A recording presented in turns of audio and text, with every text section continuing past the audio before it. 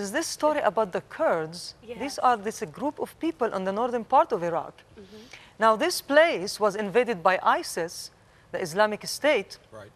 And then what happened, they killed all the men in this area. And so only the women and the children were left in this area. And so the women were frightened, but there was one woman and rose up among all of them and said, we will not die in the hand of these men. Right. We are going to collect all the weapons of those men that have died, our husbands, Wow. and we're going to put the armors on. And she began to train the women how to use their armor and weapon.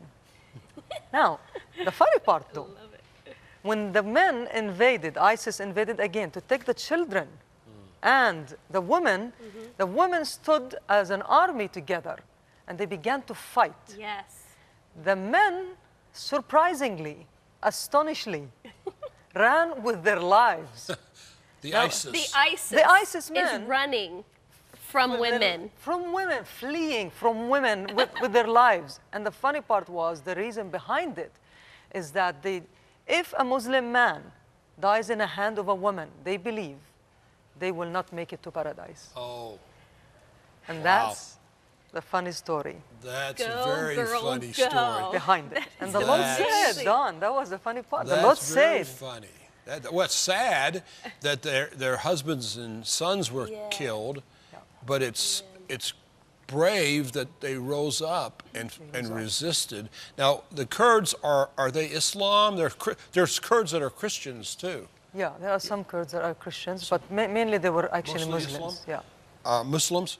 So they were standing against ISIS, and because they were women, the ISIS men ran because they may lose their eternal position. That That's is true. not the picture that we have of ISIS here, that we're getting from the news, from the newspapers.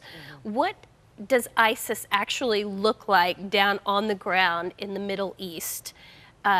What does it feel? Is there fear with all of, the people in Israel? Or what is the sense? What's happening?